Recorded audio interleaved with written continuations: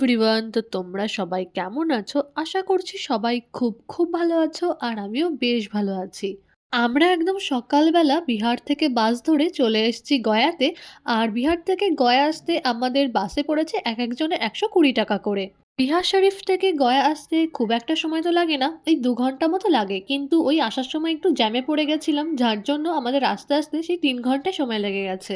গয়াতে এসে আমাদের বাসটা যেখানটায় নামিয়ে দিয়েছিল সেখান থেকে আমরা একটা টোটো ধরে নিয়েছি।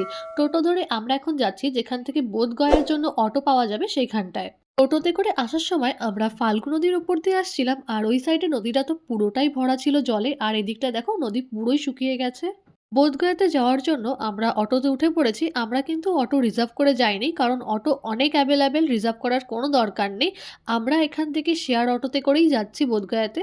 ভাড়াটাও কত কি পড়েছে সেটাও তোমাদেরকে একবার বলে দিই। তো ভাড়া গয়া থেকে বোধগয়া যেতে আমাদের শেয়ারে পড়েছে একজনের মাত্র ২০ টাকা করে। কথা বলতে বলতে আমরা পৌঁছেও গেলাম বোধগয়াতে।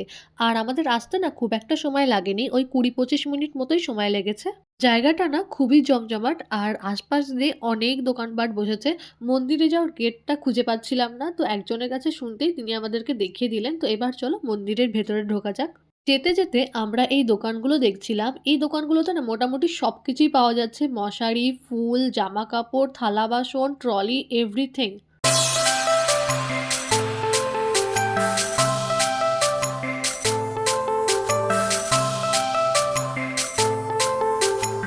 আমরা প্রথমেই যে মন্দিরটা দর্শন করব সেটা হচ্ছে মহাবোধি টেম্পল। তো চলো ভেতরে ঢোকা যাক। বাইরের থেকে আমরা মহাবোধি টেম্পলের চূড়াটা দেখতে পারছি, আর যেটা দেখতে না ভীষণই সুন্দর লাগছে। এর সামনেই আরও একটা মন্দির আছে যেটা হচ্ছে শ্রী জগন্নাথ টেম্পল। এটি হচ্ছে মহাবোধি টেম্পলে যাওয়ার মেন গেট। ভেতরে ফোন নিয়ে অ্যালাউ করে না, যার জন্য আমি তোমাদেরকে আর ভিডিওতে দেখাতে পারবো না। ঢোকার সময় মেন গেটটা চোখে পড়লো, যার জন্য তোমাদেরকে এখান থেকেই দেখিয়ে দিলাম। মন্দিরের একদম সামনাসামনি এখানটায় অনেকগুলো তাঁবু টানানো রয়েছে, আর নিচে সব খাট পাতা রয়েছে। এখানটায় সব বৌদ্ধ সন্ন্যাসীরা ধ্যান করেন। মহাবোধি মন্দিরটি কিন্তু ইউনেস্কো ওয়ার্ল্ড হেরিটেজের মর্যাদা পেয়েছে। এই স্থানে একটি গাছ রয়েছে যা বোধিবৃক্ষের বংশধর বলে মনে করা হয়, যার নিচে বুদ্ধদেব জ্ঞান লাভ করেছিলেন ২০০০ বছরেরও বেশি সময় ধরে।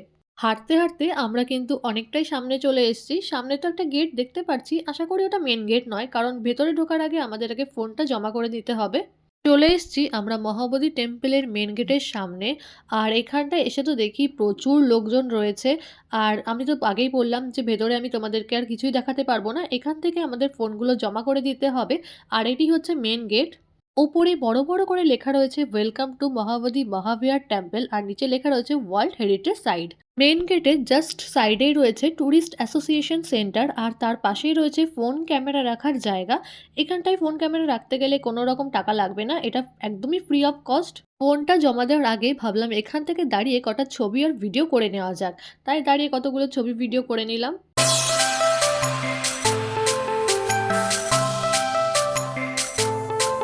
মন্দিরটা ঘুরে আমরা বাইরে বেরিয়ে এসেছি, আর ফোনটাও নিয়ে নিয়েছি। মন্দিরটা ভীষণই ভালো আর খুবই পিসফুল একটা জায়গা। প্রায় ৫৮৯ খ্রিস্টাব্দে সিদ্ধার্থ গৌতম একজন তরুণ রাজপুত্র, যিনি পৃথিবীর দুঃখ কষ্ট দেখেছিলেন এবং তার অবসান ঘটাতে চেয়েছিলেন, ভারতের গয়া শহরের কাছে ফাল্গু নদীর বনাঞ্চলে পৌঁছেছিলেন। সেখানে তিনি একটি পিপুল গাছের নিচে ধ্যানে বসেছিলেন, যা পরবর্তীকালে বোধিবৃক্ষ নামে পরিচিত হয়েছিল। বৌদ্ধ ধর্মগ্রন্থ অনুসারে ৩ দিন এবং ৩ রাত পর সিদ্ধার্থ জ্ঞান অর্জন করেন এবং দুঃখ কষ্ট থেকে মুক্তি পান।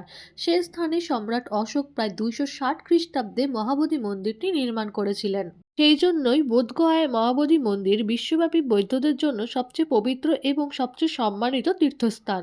মেন মন্দির থেকে বেরোনোর পরে আমরা একটা টোটো রিজার্ভ করি, তার কারণ হচ্ছে আশেপাশে আরও বিদেশি অনেক বৌদ্ধ মন্দির আছে, সেগুলো ঘুরে দেখার জন্য। আমরা প্রথমেই যে মন্দিরটাতে আসলাম সেটা হচ্ছে একটা জাপানিজ মন্দির, ভীষণই সুন্দর ছিল।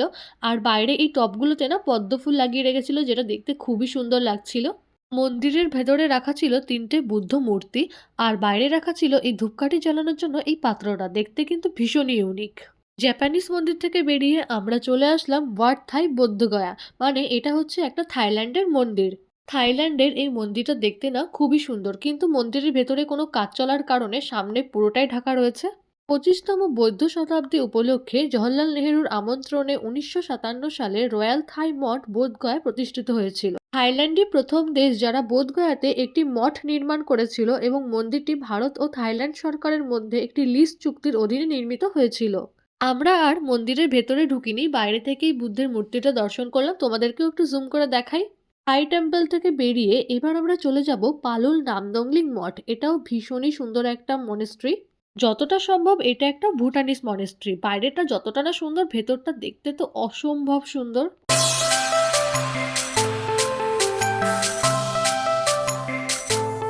আমি তো তোমাদেরকে সাজেস্ট করব তোমরা একবার হলেও এই মনেস্ট্রিটাতে ঘুরতে এসো, ভীষণই ভালো লাগবে। আর এখন যেহেতু সানসেটের টাইম, সূর্যের আলোটা না পুরোটা এই মনেস্ট্রির ওপরে এসে পড়েছে, যা দেখতে ভীষণই প্রিটি লাগছে। 1945 সালে পরম পবিত্র পেনোর রিনপোচের কর্তৃক প্রতিষ্ঠিত হয় এবং প্যালুল মাঠের এই শাখায় 1000 জনেরও বেশি সন্ন্যাসী বাস করে। মনেস্ট্রিটা দেখতে যতটা না সুন্দর, তার থেকেও যেটা বেশি সুন্দর সেটা হচ্ছে এই মনেস্ট্রির কারুকার্য। এত সূক্ষ্ম কারুকার্য যেটা তোমাদেরকেও একবার হলেও ভাবিয়ে তুলবে। মনেস্ট্রি ঘুরে আমরা এবার চলে আসলাম গ্রেট বুদ্ধা স্ট্যাচুতে। এই স্ট্যাচুটা ভীষণই ফেমাস। মূর্তিটির ভিত্তিপ্রস্তর স্থাপন করেছিল 1942 সালে। 18 নভেম্বর 1979 সালে 14তম দালাই লামা কর্তৃক এটি পবিত্র করা হয়েছিল। মূর্তিটির উচ্চতা প্রায় 61 ফুট, যা উঁচু খোলা আকাশের নিচে পদ্মের ওপর ধ্যান ভঙ্গিতে এই বুদ্ধ মূর্তিটি করা হয়েছে। মূর্তিটি ডি গণপতি স্থাপিত দ্বারা ডিজাইন করা হয়েছিল এবং 12,000 পাথর শিল্প শ্রম ব্যবহার করে এটি সম্পন্ন করতে 7 বছর সময় লেগেছিল। গ্রেট বুদ্ধ মূর্তিটি টেম্পল স্ট্রিটের শেষে একটি বাগানে অবস্থিত এবং এটি বুদ্ধের 10 জন প্রধান শিষ্যের ছোট ছোট ভাস্কর্য দ্বারা বেষ্টিত। প্রতিটি পাশে 5টি করে শিষ্য দেখতে পাওয়া যায়। গ্রেট বুদ্ধার সামনে দাঁড়িয়ে কতগুলো ছবি তুলে এবার চললাম আরও একটা জাপানিজ টেম্পল দেখতে। এই মন্দিরটার নাম হচ্ছে দাইজোকিও বৌদ্ধ মন্দির। এটা একদমই গ্রেট বুদ্ধার পাশেই রয়েছে। ভীষণ সুন্দর মন্দিরটা দেখতে। এখানকার মেন অ্যাট্রাকশন হলো সাদা স্থাপত্য এবং লম্বা সোনালী বুদ্ধ মূর্তি। এরপরে আমরা চলে আসলাম কর্মা টেম্পল। এটা একটা তিব্বতিয়ান টেম্পল আর এটাও ভীষণই সুন্দর ছিল। মন্দিরের বাইরে কাজ হচ্ছিল, যার জন্য ওই জায়গাটা ঢাকা রয়েছে। আর মন্দিরের ভেতরে ঢুকিনি, বাইরে থেকে দেখে আমরা চলে এসেছি। এরপরে আমরা চলে আসলাম আরও একটা জাপানিজ মনেস্ট্রিতে। আর আমরা যেই টোটো কাকুর টোটোয় করে ঘুরছিলাম না, সেই কাকুটা খুবই ভালো ছিল। এখন তো প্রায় সন্ধ্যা হতেই গেল আর সব মন্দিরগুলো আস্তে আস্তে এখন বন্ধ করে দেবে, কিন্তু আমাদের যে টোটো কাকু ছিল উনি সবকিছুই মোটামুটি আমাদেরকে দেখিয়ে দিয়েছে। আমাদের তো বলাই হলো না যে আমরা কত টাকা দিয়ে টোটো রিজার্ভ করেছিলাম। আমরা 200 টাকা দিয়ে টোটো রিজার্ভ করেছিলাম আর আমার মনে হয় এটা একদমই ওয়ার্থ ইট, কারণ কাকু আমাদেরকে অনেক জায়গা ঘুরিয়ে দিয়েছে। এরপর আমরা চলে আসলাম আরও একটা মনেস্ট্রিতে। এই মনেস্ট্রিটা হচ্ছে একটা ভুটানিজ মনেস্ট্রি।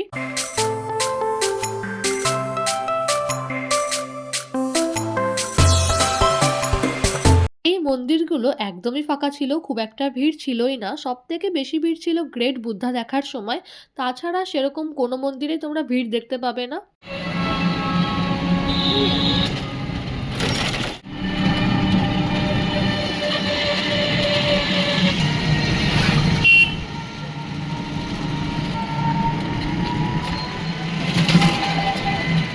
এরপরে আমরা চলে আসলাম একটা থাই টেম্পল দেখতে, কিন্তু আমাদের ব্যাড লাক ছিল, সেদিন থাই টেম্পলটা পুরোপুরি বন্ধ ছিল, যার জন্য আমাদের বাইরে থেকে দেখেই চলে আসতে হলো।